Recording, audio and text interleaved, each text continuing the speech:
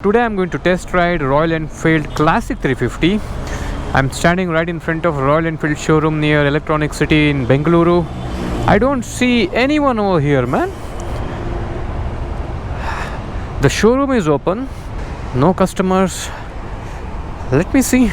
Namaste. Nice showroom. Look at this, man. So many meteors sold out. 1, 2, 3, 4, 5, 6, 7. So here is Bullet 350. Today I'm not going to ride the Bullet 350. I've already ridden this. I've made a video. I'll have to upload it. And here is the BS6 Classic 350. Man, new stickering. See guys, if you have not watched my previous video, I've already ridden this Continental GT, Royal Enfield Himalayan and Interceptor as well. I made separate videos on each of these motorcycles. The links are in the description below. If you're interested, you can go ahead and watch it. By the way, I had taken Himalayan to forest trails and all that, where I lost my camera last time, and there is one dedicated video on Himalayan sharing my riding experience. Awesome bike made for off-road. Now let me ride this and see how it performs. The BS6, man, look at this riding posture. It brings smile on the face, man. I never owned a Royal Enfield bike. I'm not sure if there is major difference between BS4 and BS6 variant, but I do see some difference in the stickering. But this bike looks good, man. This is classic. This has got that classic touch in it. Now let me start the motorcycle. That sound, the popular sound, bullet sound. Okay. Good, man. Look at this riding posture. The way they have placed the seat and the handlebar, it gives you the relaxed riding experience, guys. No pressure points on your body. You feel so comfortable riding this, man. Good. Bike is slightly on the heavier side. That's like an advantage, because when you're riding this on highway, if the bike is planted on the road, right, that gives you the confidence. If the bike is too lightweight and if it is not powerful at the same time, then it is not good for highways, in my opinion. This bike's riding experience is completely different compared to any other bikes that's available in the market. Awesome, man. What I understand while riding this bike is, this bike is not made for those aggressive riders. This bike is not popular for the top speed and all. This is the bike for someone who would like to go through a relaxed, soothing, calm, comfortable riding experience, man. Let me see the acceleration.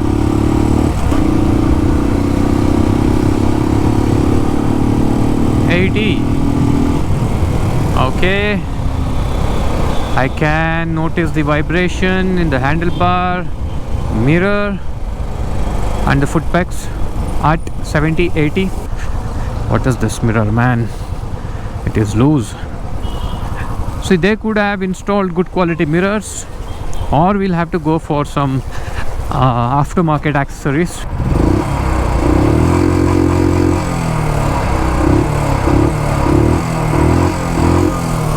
When you rev the bike, you go through a lot of vibrations all over the place in the bike.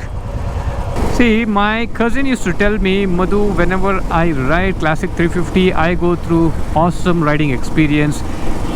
The way they have positioned the seat and the handlebar, I really like it. There are no pressure points on my body. While I'm riding it, I can sit on that bike and ride on and on and on without stopping, something like that. I said, man, what are you saying? This is one old bike and the rider goes through a lot of vibrations after 70-80. I never used to agree with him. I will tell you why. Way back, 5 years back, I had taken this Classic 350 for a long ride. I didn't go through good riding experience because the bike was not in good shape. So since then, I didn't have a good opinion on Royal Enfield. I really had very bad opinion on Royal Enfield bikes because of that bike which I rode way back in 3-4 years. It was 350 Bullet or Classic 350, I've forgotten. Probably Bullet 350, like Electra or something. Then last month one of my friends called me to test ride this bike because he wanted to buy one Royal Enfield bike, and I rode it. I didn't make a video, but when I rode it, I was like, okay, it changed my perception. The BS6 variant, this bike only, it really changed my perception. Then I thought, okay, let me ride it again and think through. That's the reason I am here today riding this. Even though I own a super bike, KTM Duke 790, a Hooligan, but still I liked this bike. This is not aggressive, not so popular for top speed, doesn't have the aggressive throttle response, but all it has got to offer is the best riding experience. And I'm so proud that the Indian brand has pulled it off. Now I agree with my cousin. Yes, we can sit and ride this bike for the whole day. So I'm not interested in testing top speed in this bike because I know this bike is not made to test top speed, to go on top speed, blah blah blah. This motorcycle is made for those riders who would catch a straight line and just be with it, riding it continuously for hours together. Say, I will tell you one more thing. If you're riding too fast, you don't even see or feel the surroundings that you're going through. When you're in this speed, 80, 70, 60, you feel the ambience of the place where you're traveling, because you get to see the surroundings, feel the place energy and all that. See, I'm 5'10", I can keep my feet flat on the ground. Look at those foot pegs, man, big foot pegs. Awesome. Braking is okay, man, not that great, but it does the job. Clutch is light. Awesome, man.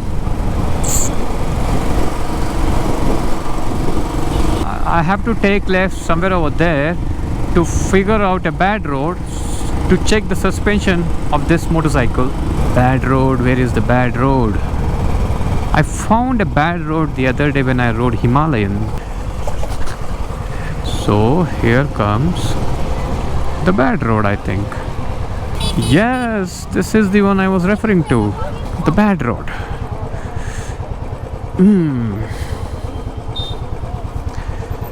ಸ್ವಲ್ಪ ಜಾಗ ಬಿಡಿ.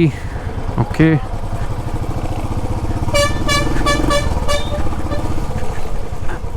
Hey, nobody is going in this way. Okay, man, suspension does the job. Okay, no problem.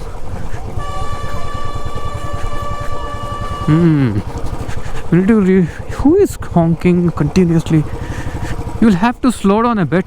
These kind of roads are like cakewalk for Himalayan. But not for this classic 350, but still okay, man, no problem. Let me take the U-turn and then go to the showroom. So many people in this COVID situation wearing the mask, not maintaining any social distance. I really do not know, man.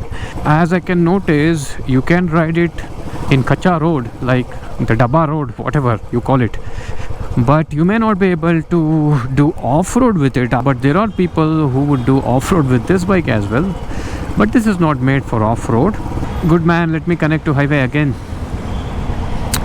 Now let me try to do top speed. I'm at 80. I'm at 80. I couldn't test the top speed because of the traffic. After 90, this bike picks up a lot of momentum in the sense the stopping distance will increase if you keep on increasing the speed of this bike, because of the weight of this bike, and the brakes are not that great. So I was not that confident when I crossed 90. In the tight situations, you may not be able to stop the bike then and there, like what we can do with the big bikes or something. But as I mentioned earlier, this bike is not made for top speeds and all. This is made for a relaxed riding experience, that's all. Let me push 90, 100. Man, 80 is the sweet spot for this motorcycle. If you go beyond 80, 100, I'm not confident at that speed. 90 vibrations in the foot pegs, handlebar a bit, more in the handlebar. If I touch 100, vibrations will also increase. 60 to 80, that's the sweet spot. Comfortable cruising speed. Now let me take a U-turn and go back to the showroom. See, if you have not watched my previous video, let me tell you, I am looking for a budget motorcycle in 300 to 600 cc segment. I have been looking for the last 3 months, I think, and I have made the series of videos where I have been riding so many different motorcycles in 300 600 cc segment. I have even ridden Triumph Tiger.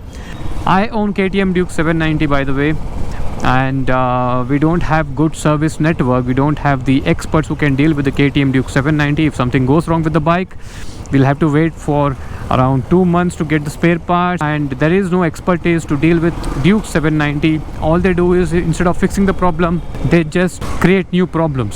So that's the reason I'm here riding this motorcycle. I liked it, and I have ridden all these motorcycles as well, made separate videos. If you are interested, you can go ahead and watch it. The links are in the description below. Let's go inside the showroom. Nice, thank you. Shrikant avare, busy na? Salpa busy. ಇದು ಚೆನ್ನಾಗಿತ್ತಪ್ಪ. ಇದು BS6 ಅಲ್ಲ? Very nice. On road ಏನಿದೆ? 2.35 ಅಲ್ಲ? Okay, 19.8 PS at 5250 28 Nm 4000. Then the mileage 35 to 40. Okay, done Shrikant. ಬರ್ತೀನಿ ಮತ್ತೆ 780 ಮತ್ತೆ ತರ್ತೀನಿ, ಒಂದು ರೌಂಡ್ ಹೋಗೋಣ ಆಮೇಲೆ. Bottom line of this video is, after riding it for a while, based on my first impressions, awesome motorcycle. This is made for relaxed, comfortable riding experience. You can just keep on riding on and on and on, and I liked it. And thank you guys for watching, and I will see you in my next video. Speedometer. This is the analog speedometer, old fashioned. I wish they could have given another option to trace our trip details, like how many kilometers we have ridden in a particular trip, right? So in the other bikes, we'll have an option to bring it down to 0 and to start our ride to see how many kilometers we are going to cover. Based on that, we can fuel up, something like that, right? And here we see the fuel indicator and the engine indicator. That's it.